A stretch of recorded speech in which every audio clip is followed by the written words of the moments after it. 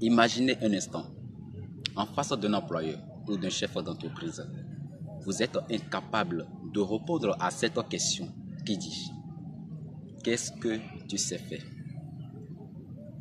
Alors les gars, ça peut paraître bizarre chez vous, mais laissez-moi vous dire, plus de 90% des jeunes, je ne vais même parler des futurs bacheliers, traversent cette situation. Ils sont incapables de répondre à cette question. Ce fut mon propre histoire. Je l'ai vécu aussi quand j'avais franchement eu mon bac. Alors, je ne sais pas si tu as déjà entendu parler, je ne sais pas si tu as déjà entendu cette phrase-là, cette question-là une fois. Mais, de toute façon, comment tu peux imaginer, après 7 bonnes années, je dis bien 7 bonnes années, passées au secondaire, et que tu te retrouves, tu es devenu un bachelier, c'est-à-dire tu as eu ton bac, et puis tu es content, et bizarrement, tu es à la recherche d'emploi, et tout ce qu'on te pose comme question, c'est qu'est-ce que tu sais faire? Les gars, ça fait mal, ça choque. Alors, ce que je vais vous dire dans cette vidéo, donc je vais vous raconter l'histoire des 2G. Alors, d'abord, c'est mon propre histoire aussi, avec un ami, donc je vous fais part de cette histoire-là.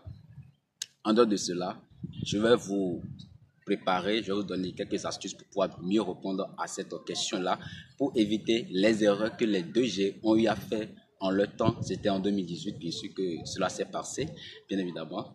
Et finalement, vous aurez tout ce qu'il faut pour pouvoir mieux vous en sortir dans la vie. Parce qu'il y a la vie de l'école, il y a aussi l'école classique qu'on fréquente.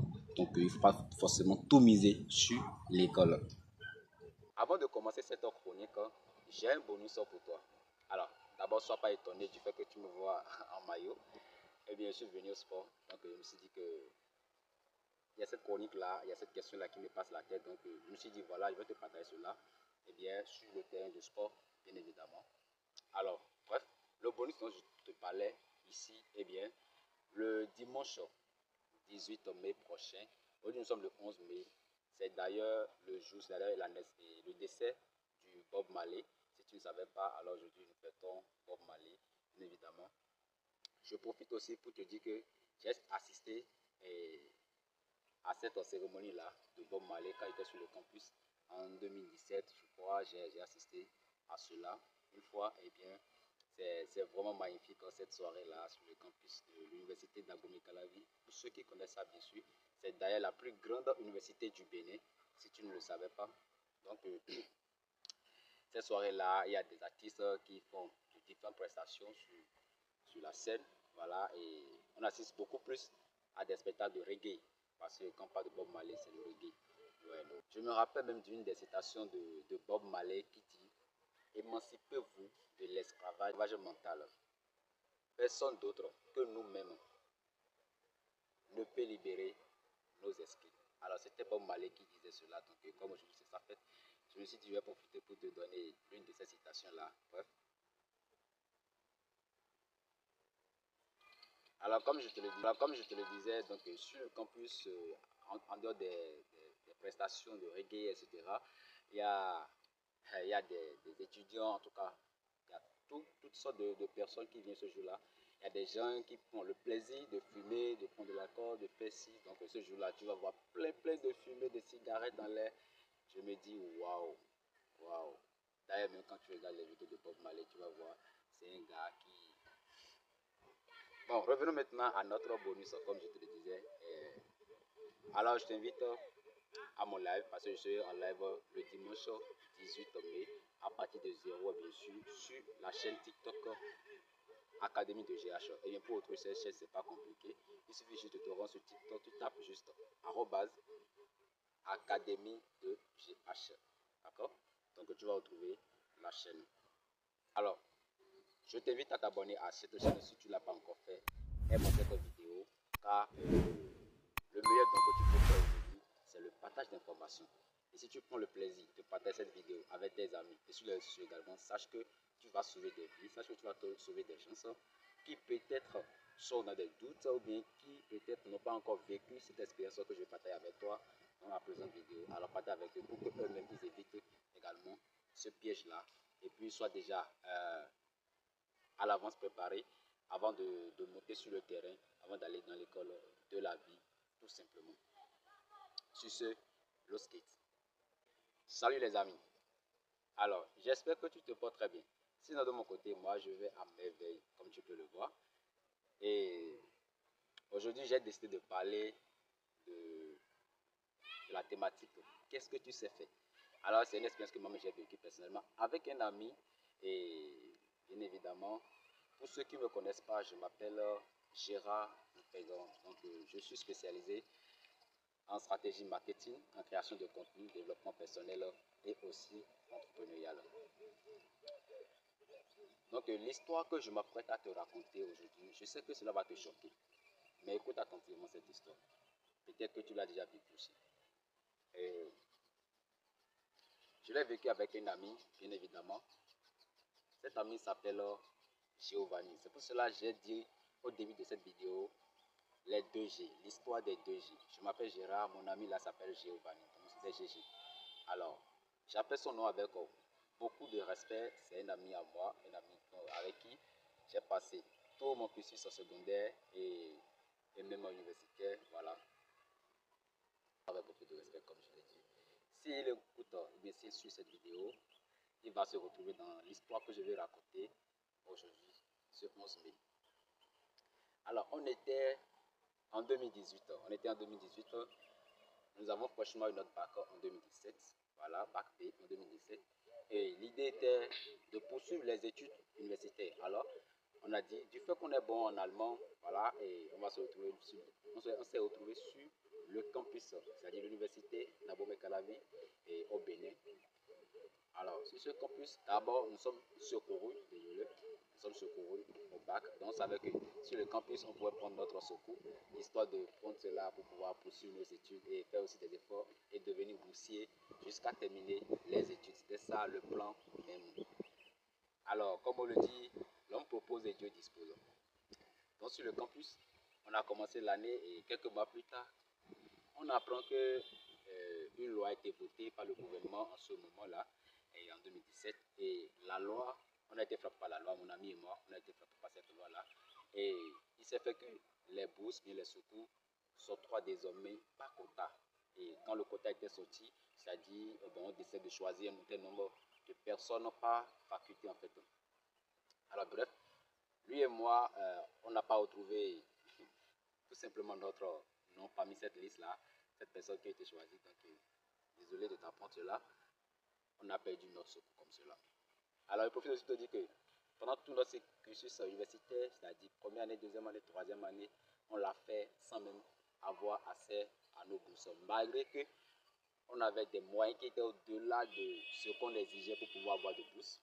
Malheureusement, on n'a pas eu. Donc, bref, ça c'est un regret. Mais malgré cela, les gars, on n'a pas abandonné. On a mouillé le maillot, on a continué. Donc en 2018, on a terminé la première année. Donc, nous sommes pendant les vacances. Et en 2018, mon ami est venu me voir et c'est là il me disait que Gérard, bientôt les rentrées vont recommencer. Nous sommes encore pendant les vacances. Et il me fait comprendre que quand on fait pour supporter maintenant les autres charges de l'année qui viendront. Et rapidement, ça m'a fait réfléchir aussi. Je me suis dit, ah mon ami, tu as raison. Du moment où nous n'avons pas les parents aussi riches que ça pour pouvoir nous soutenir. D'ailleurs, il a perdu les parents et il y a longtemps, moi j'ai perdu mon papa. Et quand j'avais franchement le BPC, tu vois, moi j'ai perdu mon papa quand j'avais mon BPC. Tu vois, donc malgré cela, j'ai continué, je me débrouillais, je faisais des petits jobs jusque-là et ça va. Et avec aussi l'aide de maman, ça allait. Donc, c'est de là il a dit, ok, c'est ça, on n'a qu'à chercher des jobs et on va faire des jobs. Alors, on a pris un rendez-vous. Le jour J, on est parti sur le terrain. On a dit aujourd'hui, nous allons parcourir ce quartier-là, parcourir les entreprises, bien les sociétés qui s'y trouvent et puis on va leur dire, voilà, nous sommes à la recherche d'un job, voilà, et bref. Sur le terrain, les gars, ce que je m'apprête à vous dire, ça va vous choquer, sincèrement. Je sais de quoi je dis. Ça va vous choquer, tout simplement. Alors, on a parcouru des entreprises ce jour-là et l'une des questions qui nous revenait souvent de la bouche des chefs d'entreprise, c'était qu'est-ce que vous savez faire? Les gars, je ne peux pas comprendre, après 7 ans d'années, après 7 ans sans échec sur le plan secondaire, c'est-à-dire au cours secondaire, et même un an à l'université, on ne peut pas répondre à cette question qui dit tout simplement qu'est-ce que tu sais faire. Les gars, on était perdus. Le français est tellement compliqué. C'est tellement compliqué pour nous. On se demande même, est-ce qu'on a fait le primaire? Bon, ce jour-là, on n'a pas pu répondre à cette question efficacement. Deuxième jour, c'était pareil. Troisième jour, c'était pareil. Eh bien, avant même de comprendre cette question, laisse-moi te donner la réponse qu'on donnait en ce moment lorsque les chefs d'entreprise nous posaient cette question. Et personnellement, je disais, voilà, quand on me dit, qu'est-ce que tu sais faire? Je disais au chef d'entreprise que j'ai le bac B. Je suis actuellement étudiant en allemand et j'ai déjà terminé la première année. Donc, l'année prochaine, je vais continuer avec la deuxième année. Donc, actuellement, je cherche des jobs de vacances. Alors, c'est la réponse qu'on m'a donnée. Point. Et le chef d'entreprise, il pose encore sa curiosité, il me dit encore, qu'est-ce que tu sais faire? Mais je ne savais plus quoi répondre, je ne répondais encore la même chose, bien. De mon côté, de mon ami, du côté de mon ami aussi, disons que c'était pareil en fait. Donc le troisième jour, moi j'ai dit à mon ami, aujourd'hui là, on va parcourir notre quartier. Et ce nouveau quartier là, on va essayer de pousser la curiosité pour demander, lorsque vous posez la question de savoir qu'est-ce qu'on sait faire là, ça veut dire quoi? Il faut nous expliquer ça pour qu'on puisse bien comprendre cela aussi. Et c'est de là. Et la première entreprise qu'on a rencontrée ce jour-là dans ce nouveau quartier, les gars, c'était un chef d'entreprise qui était déjà dans ses soixantaines. Voilà, je peux dire c'est un papa pour nous, c'est un père pour nous. Et franchement, il a été très honnête et très ouvert avec nous. Il a été direct, les gars, pour être honnête avec nous aussi. Et quand on lui a dit qu'on veut des jobs, voilà, il nous a aussi posé cette question-là. Qu'est-ce que tu sais faire, Gérard? Je lui ai donné la réponse que je sais. Il a posé la question à mon ami aussi. Qu'est-ce que tu sais faire? Et monsieur Giovanni. Et lui aussi, il a donné la réponse que je vous ai dit récemment. Et il a dit, c'est pas ce qu'il veut. Et c'est là que je lui ai dit, ok, monsieur, excusez-nous. Pouvez-vous nous expliquer ce que vous mettez dans qu'est-ce que tu sais faire? Et c'est là qu'il nous faisait comprendre que quand on vous demande qu'est-ce que vous savez faire, c'est tout simplement pour savoir vos compétences professionnelles. C'est-à-dire ce que vous savez faire de façon pratique. Vous êtes venu dans une entreprise. Qu'est-ce que vous pouvez apporter? Quelle valeur vous pouvez apporter à cette entreprise? Qu'est-ce que vous pouvez faire pour que les résultats, les chiffres ou bien ce que l'entreprise veut, que les choses s'améliorent?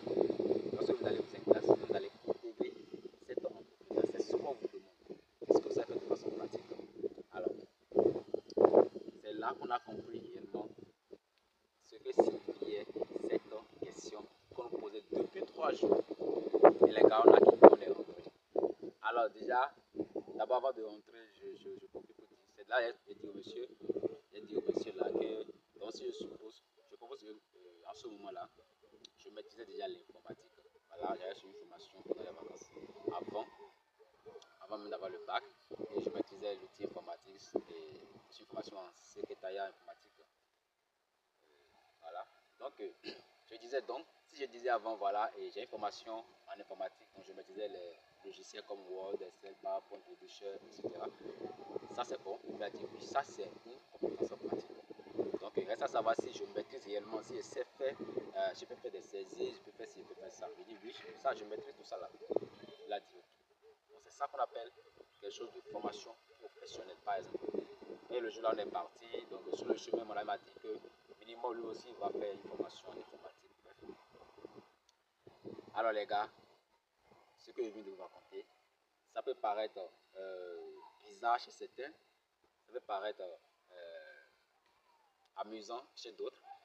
Et comme Christ, peu importe le sentiment qui vous traverse actuellement, laissez-moi vous dire en ce moment-là, quand j'étais rentré le jour là, j'ai pleuré, j'ai coulé des larmes. Je vous dis, j'ai coulé des larmes parce que je n'arrivais pas à comprendre comment je suis devenu incapable de répondre à une telle question. Après avoir passé des années, voilà. Et désolé de t'apprendre aussi. Alors, si tu n'as pas encore vécu cette expérience-là, tout simplement, je te dis, c'est une chance pour toi, voilà, c'est une chance pour toi, et qu'aujourd'hui, tu as trouvé sur cette vidéo où je te parle de cette question-là. En tout cas, nous, en notre temps, c'était en 2018 que ça s'est passé avec nous, et on a été choqués, sincèrement. Comme je te l'ai dit, j'ai pleuré beaucoup quand j'étais rentré chez moi. Je me suis enfermé dans la chambre, j'étais fatigué. Et c'est là qu'il a commencé par, je me suis dit, bon, voilà que comme je maîtrise l'informatique, je vais peut-être maintenant me réorienter vers des entreprises qui veulent des gens dans ce domaine-là. Et c'est là que j'ai fini par trouver un job, etc. Mon ami aussi s'est fait former en informatique. Bref, Ça, c'était l'histoire des deux G, de Gérard et Giovanni, de moi-même et puis mon ami Giovanni, avec qui j'appelle son nom avec beaucoup de respect. Les gars, la vie, c'est pas cadeau. La vie, c'est pas cadeau. Donc, si vous ne pouvez pas apporter quelque chose de valeureux, je suis désolé, et vous voulez ajouter à une entreprise bien, à un chef d'entreprise bien, et à quelqu'un, les gars, personne ne peut vous payer pour vos diplômes en fait. Bref. Merci tout simplement de me suivre jusqu'ici. Alors n'oublie pas, abonne-toi si tu ne l'as pas encore fait. Aime la vidéo, like la vidéo surtout. Et si tu as des questions, pose-les en commentaire. Si toi aussi tu as déjà vécu quelque chose pareil, il faut me le dire en commentaire. Et bien tes questions, pose-les. Si avec plaisir, je vais te répondre. Donc, très rapidement, les leçons que moi j'ai tirées de cette aventure-là, de cette aventure des 2G, tout simplement, qui fait partie aussi de mon expérience, mon propre expérience. Première leçon, j'ai compris que nos diplômes académiques ne sont qu'une formalité qu'on devrait remplir. C'est-à-dire, ça nous permet tout simplement de savoir parler, de savoir lire, de savoir écrire. Le français, bien évidemment, parce que c'est ça que nous apprenons à l'école. Maintenant, en dehors de cela, ça va nous servir aussi, bien évidemment, dans les fonctions, etc. Mais la base, c'est de savoir écrire, lire, savoir lire, écrire et parler. La base, c'est ça. Est-ce que vous comprenez? Je ne dis pas que l'école est mauvaise, non. Mais tout ce que je veux faire comprendre, c'est que ça ne nous apporte pas encore quelque chose de façon pratique qu'on pourra exercer sur le terrain. Ça ne nous apporte encore rien par rapport à ça. Donc, c'est que... Deuxième leçon, les diplômes, vos diplômes, ton diplôme que tu as là, que ce soit bac, licence, master, doctorat, peu importe le diplôme que tu as, c'est pas ça qui va te donner à manger, mon cher. Disons la vérité, aujourd'hui nous sommes déjà en 2025 au 21e siècle. C'est pas ton diplôme qui va te donner à manger. Il y a l'entrepreneur Bélias Valet qui disait dans son livre Un pied à l'école, un pied dans le business, les diplômes ne donnent pas à manger. Et c'est vrai, c'est une réalité. D'après l'histoire que je t'ai racontée maintenant, tu dois comprendre que en réalité, les diplômes académiques ne nous donnent pas à manger. Même les diplômes professionnels, ça ne nous donne pas à manger. C'est ce que vous savez faire qui vous donne à manger de façon pratique, de façon concrète. Ça qui vous donne à manger, les gars. Troisième leçon, j'ai compris la différence entre une compétence académique et une compétence professionnelle grâce à ce que j'avais vécu. Parce que, comme je l'ai dit tout récemment, lorsque tu maîtrises une formation, lorsque tu as suivi une formation, désolé, et que tu ne pratiques pas cela, laisse-moi te dire que tu n'as encore rien appris. Tu n'as encore rien appris. C'est comme quelqu'un qui a appris la formation de webmaster, de développeur de codeur. Il a appris à créer des sites internet. Mais à la fin de la formation, après la formation bien évidemment, il ne s'exerce pas. Ou bien, voilà, il ne trouve pas une boîte pour pouvoir s'insérer, ou bien il ne travaille pas à distance, c'est-à-dire les travail en ligne, les freelance, il ne fait rien de tout cela. Et lui, il se dit cependant que voilà, là, il a le diplôme de webmaster ou bien de codeur, etc. Et il dit un jour, quand un client va l'appeler, il pourra faire le travail. Désolé les gars. Une fois que tu as appris quelque chose, commence par t'exercer. Même si tu n'as pas encore de clients, exerce-toi, donne-toi des exercices toi aussi, fais-le. Tu as des outils qui peuvent le faire. Fais-le à la maison, travaille chaque jour, travaille sur ça pour pouvoir t'améliorer, pour améliorer ce que tu as appris de ton formateur. Sinon, un jour, un client va te demander quelque chose et c'est ce jour-là que tu vas comprendre que tu ne maîtrisais encore rien. Et tu vas te dire que l'école, mais le centre de formation que tu as formé là est mauvais. Attention, aucune formation n'est mauvaise, bien, n'est mal structurée, bref. Il y a des formations qui ne sont pas aussi de qualité, voilà. Mais toi aussi, travaille d'abord sur toi-même. Quatrième leçon ici, il faut toujours privilégier le savoir-faire. Le savoir-faire, c'est très important. Comme bientôt nous serons en vacances, alors je profite pour dire aux futurs bacheliers ou bien aux futurs élèves, voilà, aux élèves, désolé, ou bien les étudiants, pendant les vacances, les gars, arrêtez de continuer à avoir peur de pouvoir exercer un job pendant les vacances. Même pendant le cursus aussi, vous pouvez exercer un job. Ça dépend de votre disponibilité. Moi, je l'ai fait beaucoup de fois. Moi, je suis même allé jusqu'à sécher des cours pour pouvoir aller jobber. C'est une vérité que je vous dis. Donc, apprenez à faire de petits jobs. Et si vous ne maîtrisez encore rien pour le moment, pendant les vacances, donnez-vous le plaisir de suivre une formation de courte durée. Des formations qui s'organisent, en tout cas chez moi au Bénin précisément à Porto Novo, et les formations qui s'organisent pendant les vacances. Vous voyez donc. Donc, donnez-vous le plaisir de suivre l'une de ces formations. Ça dépend du domaine qui vous passionne, qui vous plaît. Et bien, si les parents n'ont pas les moyens pour vous accorder cela, alors c'est pas grave. Vous-même, vous êtes déjà mature. Ne laissez plus votre avenir dépendre de vos parents à 100%. Non, je ne dis pas que les parents ne doivent pas vous aider, mais les parents vous accompagnent, vont vous accompagner. Mais s'il arrive que vos parents ne sont pas en mesure de vous permettre cela, alors les gars, à part d'aujourd'hui, je vais vous donner une petite astuce que vous pouvez commencer déjà pas fait. C'est d'ailleurs l'une des leçons sur l'éducation financière que je viens partager avec vous. Et avant de dépenser, apprenez d'abord à économiser. Achetez une caisse dès aujourd'hui et commencez par mettre de côté une partie, c'est-à-dire économiser une partie de votre argent de poche là, épargnez une partie chaque jour jusqu'à la fin de l'année scolaire et pendant les vacances, vous allez voir maintenant combien vous avez pu épargner et voir quelle formation ça peut vous aider à faire ça de bon. Donc, bref, ça marche, c'est là-dessus, ça marche très bien. Et économiser avant de dépenser, c'est très important. C'est très important les gars. Parce que vous n'avez pas l'argent à votre actif, comment vous pouvez dépenser? Il ne faut pas dépenser. Enfin, la cinquième leçon que je vais partager avec vous, j'ai aussi compris la différence entre un fonctionnaire et aussi un entrepreneur tout simplement. Le fonctionnaire, il a déjà un schéma. Le schéma, c'est très clair dans sa tête. Aller à l'école, avoir de bonnes notes, avoir des diplômes, peu importe le nom de diplôme, décrocher un emploi et puis trouver une femme, se marier, faire des enfants, construire et puis préparer sa retraite. Et sa vie s'arrête là. Ça, c'est le schéma du fonctionnaire. Alors que l'entrepreneur, moi, je définis l'entrepreneur comme un solutionneur tout simplement. Chez moi, l'entrepreneur, c'est un solutionneur. C'est quelqu'un qui est capable de trouver des solutions à chaque problème. C'est très simple. Donc celui-là, il est là pour créer, pour innover, pour inventer tout simplement. Et vous allez voir, d'ailleurs, je prends l'exemple de ce monsieur-là, dont on parle surtout en Afrique, Aliko Dangote. Voilà, c'est un monsieur qui est tellement reconnu, il fait partie des hommes les plus riches, voilà, de l'Afrique. Il est d'ailleurs même le numéro 1 en Afrique. Il est d'ailleurs le numéro 1 en Afrique. Donc, vous pouvez penser qu'il a réalisé tout cela en une journée. Non, c'est pas possible. C'est pas possible.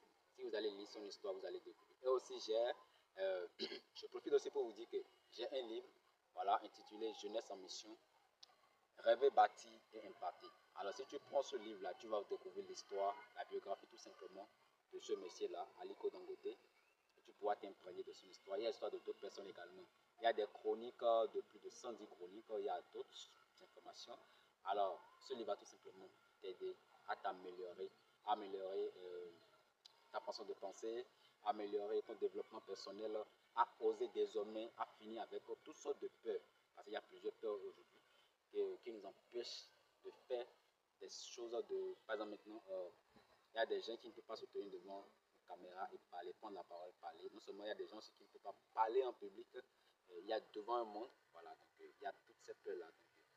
Ce livre va t'aider à éviter toutes ces peurs-là parce que plus ça te fait peur, plus ça te recule, ça te fait échouer. Et moi, je dis toujours une chose, c'est une citation que je me dis toujours, plus ça me fait mal, plus je me sacrifie. Parce que plus j'ai du mal à le faire, plus je me donne de la peine et puis je le fais quand même si je le fais mal, je le fais quand même. Même cette vidéo que tu suis, même si le montage bien, ma voix n'est pas bien sortie, alors désolé, tu prends ça comme ça et à l'avenir, ça va s'améliorer. C'est petitement c'est en se forgeant qu'on devient forgeron. Pour ceux qui veulent le livre de l'entrepreneur, de ce étudiant chercheur d'argent, parce que c'était le nom par lequel il s'appelait étudiant chercheur d'argent dans son livre. Et un pied à l'école, un pied dans le business. Je parle bien de Bélias, M. Bélias Vallet. J'appelle son nom avec beaucoup de respect. Voilà, je l'admire beaucoup, je le suis beaucoup sur ces différents canaux digitaux. Voilà. Et intégrez tout simplement mon canal Telegram, mon groupe Telegram, désolé, le lien se trouve dans la description, vous pouvez intégrer cela et télécharger ce livre-là dont je vous parle. Et aussi mon livre aussi sur Jeunesse en mission, rêver, bâti et impacté, qui a été préfacé par Monsieur Jean de Dieu Maounon Aouba aussi, c'est un journaliste que j'admire beaucoup. C'est un animateur, je l'aime beaucoup, un formateur, tout simplement. Et puis aussi mon aîné. Alors bref, les gars, si tu es encore là jusqu'ici, n'oublie toujours pas t'abonner à cette chaîne. Aime la vidéo, ça me fait beaucoup plaisir. Je te le dis honnêtement. Une vidéo en haut aussi, le résumé du livre, un pied à l'école, un pied dans le business. Je mettrai le résumé en haut aussi. Tu peux cliquer sur le lien et aller sur cela. Autrement, tu peux rechercher la vidéo tout simplement sur cette même chaîne là. Tu vas retrouver et sur le résumé de ce livre là. Si tu paraisses à lire ce livre, c'est seulement 200 pages de livre. Tu ne peux pas partager ton expérience en commencer. Dis-moi tout simplement comment tu as pu répondre à cette question là. Comment tu as pu répondre, désolé, à cette question. Qu'est-ce que tu sais faire? Dis-le-moi en commentaire. Et comment tu peux répondre là où tu es actuellement sur cette question, te pose cette question. Comment tu peux répondre à cette question? Tout simplement. C'est avec plaisir. Si tu as des questions, pose-les. C'est avec plaisir que je vais te répondre. Le meilleur donc que tu puisses faire, c'est le partage. Alors, plus de peur, partage cette vidéo pour aider également d'autres personnes à éviter ce même piège des 2G qu'ils ont eu à vécu en 2018, tout simplement. C'est encore récent. Et je te dis merci du plus profond de cœur. Merci du plus profond de cœur. Je te dis, ich liebe dich, qui veut signifier je t'aime. C'était Gérard de l'Académie de GH. Là, d'entreprendre autrement. Merci. Bisous.